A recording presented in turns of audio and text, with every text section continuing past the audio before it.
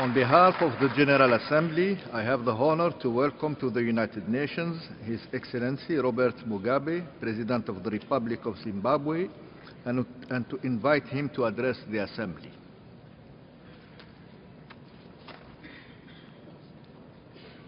Mr. President.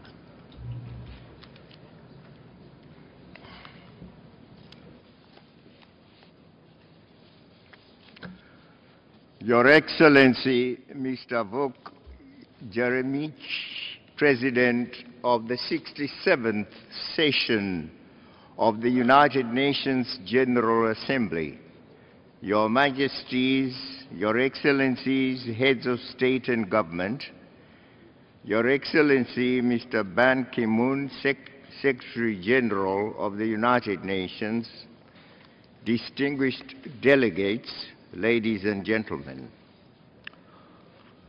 On behalf of my delegation and on my own behalf, may I extend to Your Excellency, Mr. Jeremic, our warmest congratulations on your election as the President of the 67th session of the United Nations General Assembly.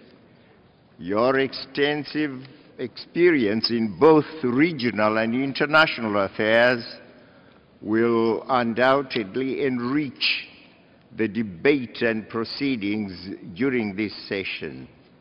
I wish to assure you of the full cooperation of Zimbabwe as you discharge the onerous duties of this high office.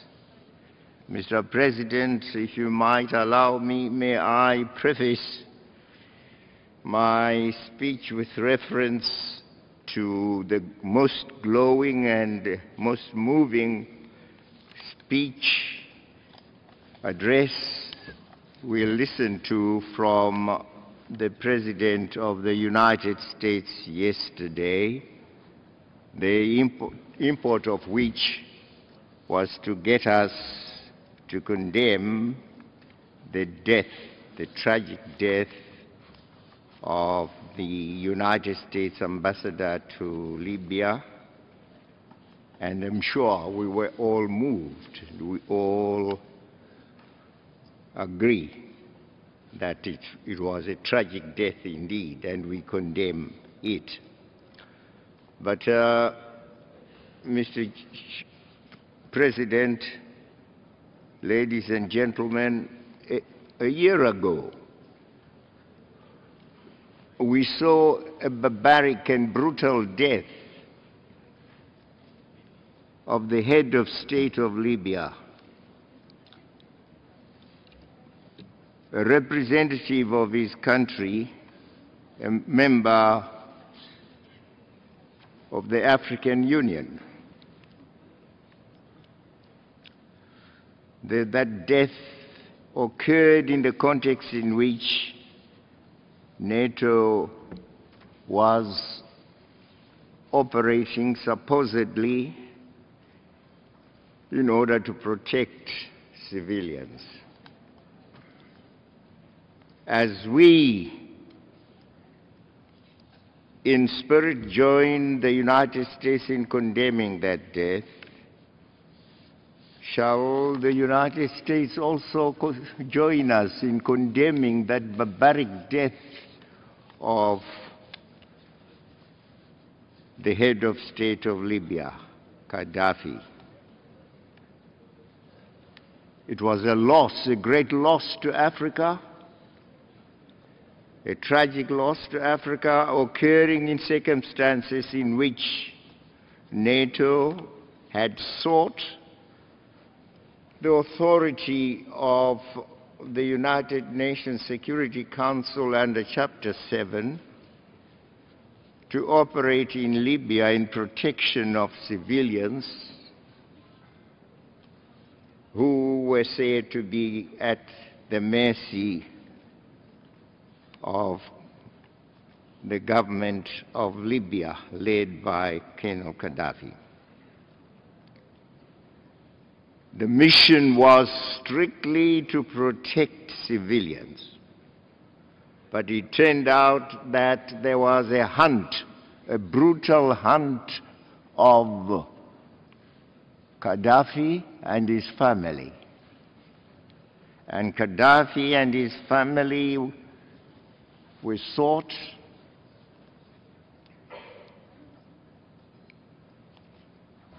NATO caught up with them. They suffered the brutal deaths that we know about, Gaddafi and some of his children.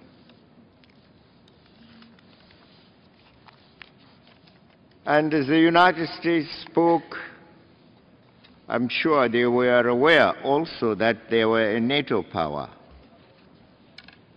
that they, alongside other NATO powers, had had the authority under Chapter 7 to operate in protection in Libya in protection of civilians. But did it turn out to be that? In a very dishonest manner, we saw Chapter 7, the authority given under Chapter 7, being used now as a weapon to rout a whole family, to commit the murders that occurred in the country. Bombs were thrown about in a callous manner, and quite a good many civilians died. Was that the protection that they had sought under Chapter 7 of the Charter? So, the death of Gaddafi must be seen as in the same tragic manner as the death of Chris Stevens. We condemn both of them.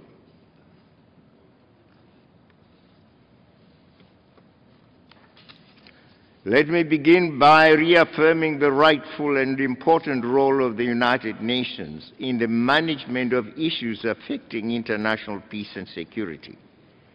In the quest for a more just and equitable international order, Zimbabwe remains strongly opposed to unilateralism and is committed to multilateralism.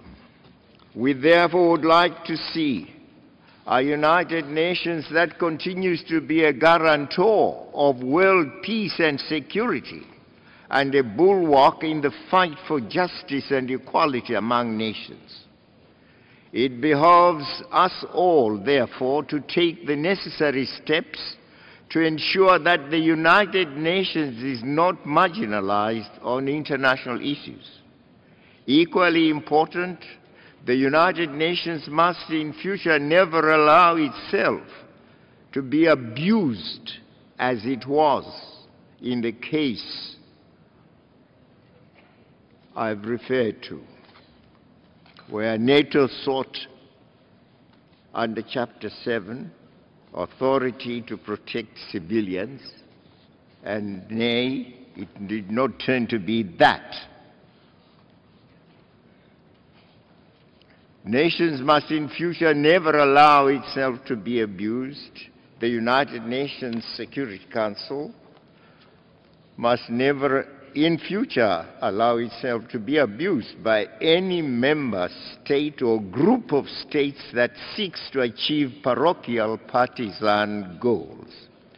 The Charter of the United Nations clearly stipulates that it is as an international body that should work for the good of all the peoples of the world, big and small.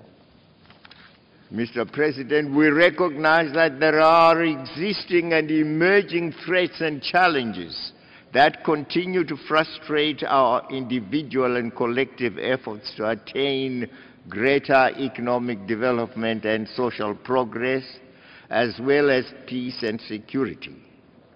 but the increasing trend by the NATO states, inspired by the arrogant belief that they are the most powerful among us, which has demonstrated itself through their recent resort to unilateralism and military hegemony in Libya, is the very antithesis of the basic principles of the United Nations.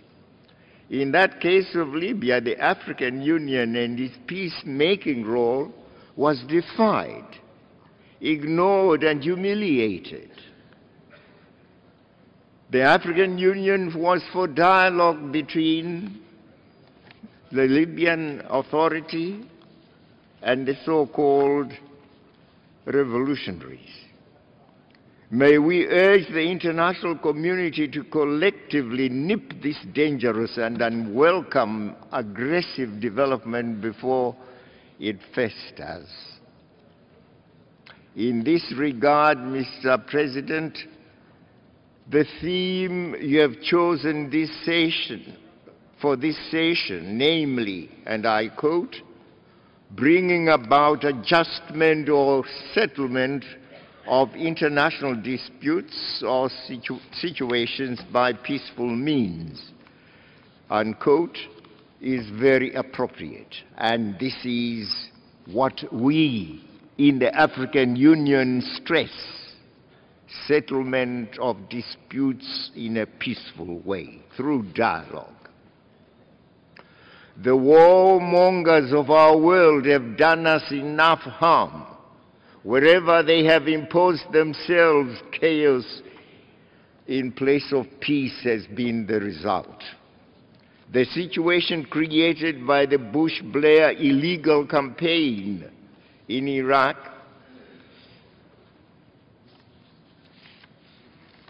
illegal campaign undertaken because it was alleged that Saddam Hussein had weapons of mass destruction, when it was well known to these two and their governments that he did not have such weapons.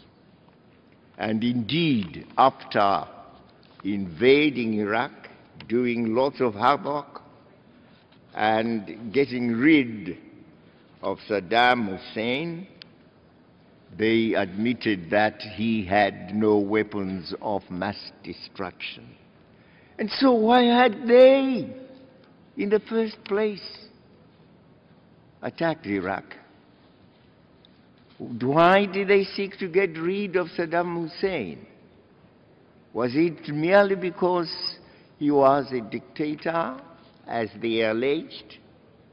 No. He was head of a country which sat on tons and tons of oil. It was oil they required, and we saw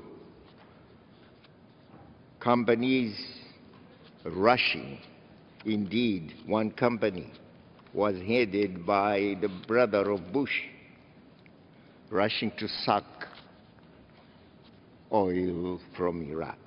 And this is what happened also in regard to Libya.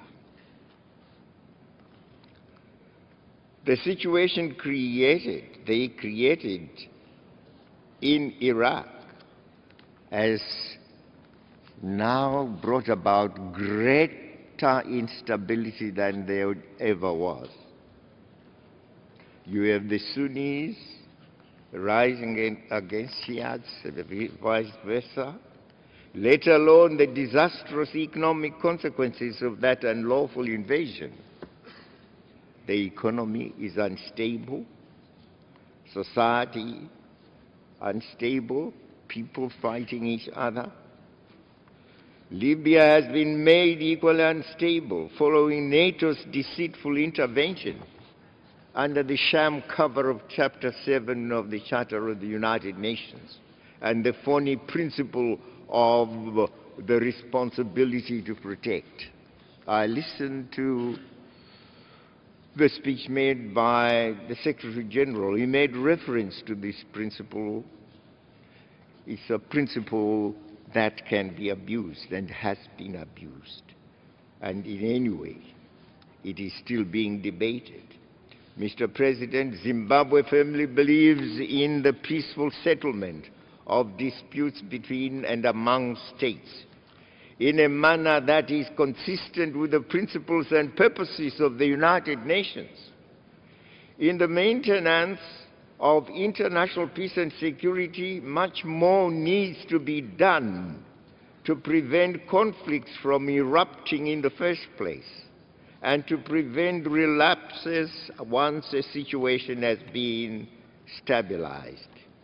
Beyond deploying adequate resources to manage conflicts, it is important to address their underlying causes and to pursue more proactively a comprehensive approach focusing on conflict prevention, peace building, peace sustenance, and development. In pursuing these causes, my delegation strongly believes that adherence to the Charter of the United Nations should be a solemn obligation of all member states.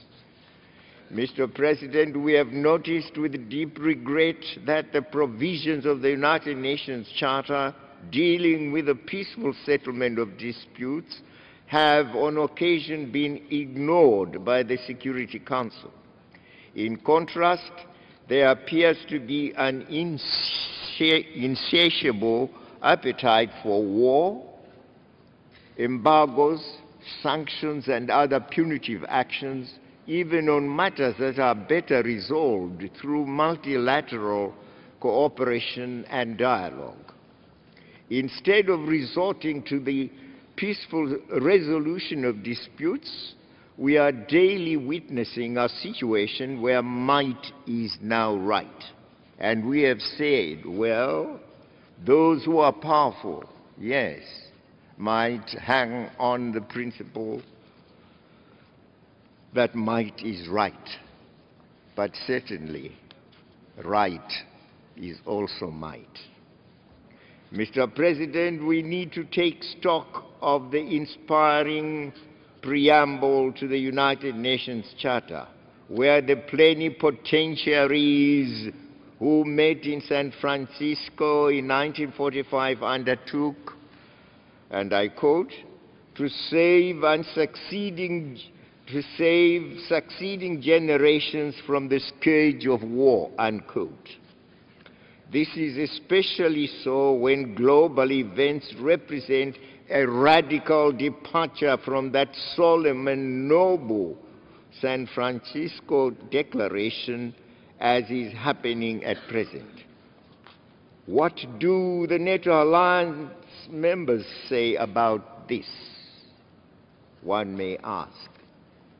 Mr. President, it is therefore important that the United Nations Security Council should respect and support the decisions, processes, and priorities of regional organizations.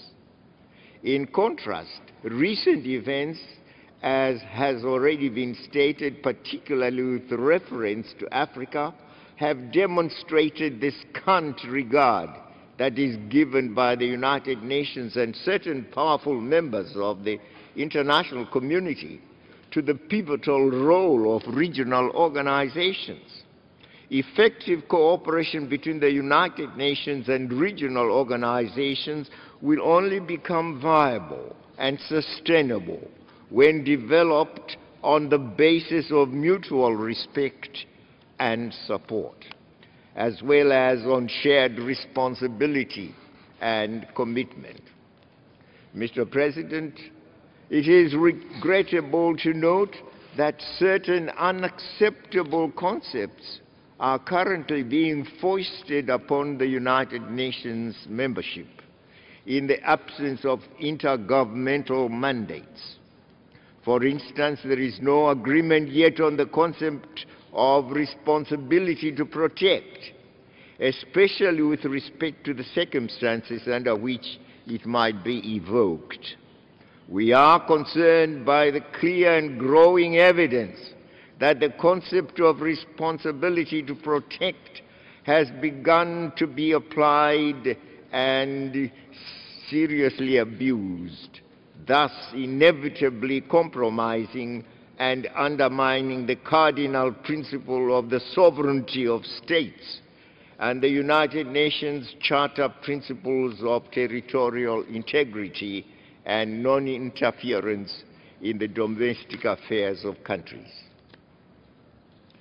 Mr. President, for the international community to successfully deal with global economic, social, security and environmental challenges, the existence of international institutions to handle them and a culture of genuine multilateralism are critical. The United Nations, its specialized agencies and international financial institutions are the only instruments available for responding effectively to the global challenges we face in this global village. It is therefore critical that these structures are reformed and realigned in response to both global challenges and our contemporary realities in order to enable them to better serve our collective interests. Mr. President, this august assembly is the most representative organ within the United Nations family. We must therefore dedicate ourselves to finding consensus on measures to revitalize it so that it fulfills its mandate in accordance with the provisions of the Charter. We wish to reiterate our deep concern that the mandate, powers and jurisdiction of the General Assembly are shrinking as a consequence of the Security Council gradually encroaching on the Assembly's areas of competence. This, in our view, upsets the delicate balance envisaged under the Charter and undermines the overall effectiveness of the United Nations system. The General Assembly must remain the main deliberative policy-making organ of the United Nations. Mr. President, we have been seized with a debate on the reform of the Security Council for far too long. My delegation fully supports the current intergovernmental negotiations on the reform and expansion of the Security Council.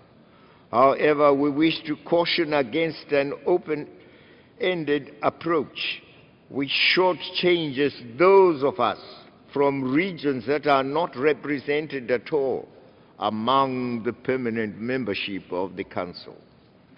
Zimbabwe stands by Africa's demand for 2 permanent seats, complete with a veto if the veto is to be retained, plus 2 additional non-permanent seats as clearly articulated in the Ezulwini Consensus and the Sirte Declaration.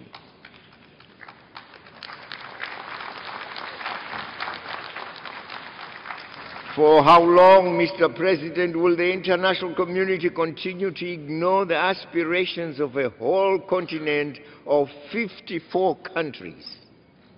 We shall not be bought off with empty promises, nor shall we accept some cosmetic tinkering of the Security Council disguised as reform. It is indeed a travesty of justice that the African continent, which accounts for almost 1/3 of the membership represented in this august assembly, has no permanent representation in the Security Council. Is this good governance at all? Is this democracy?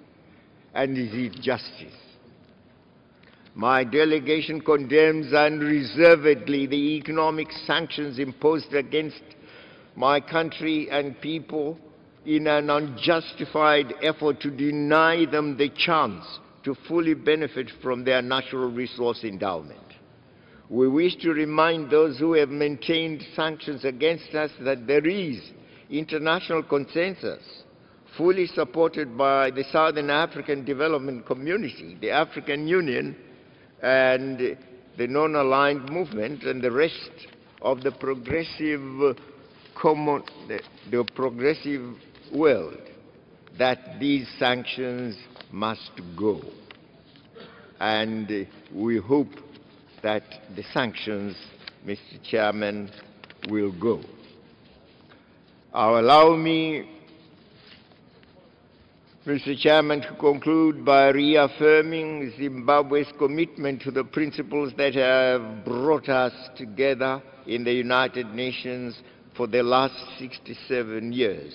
My country is confident that in this inextricably interdependent world, our commitment to the common good, which this organization embodies, will be resolute and enduring.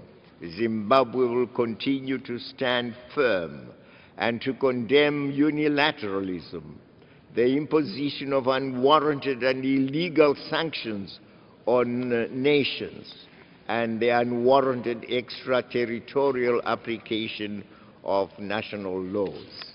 I thank you for listening to me.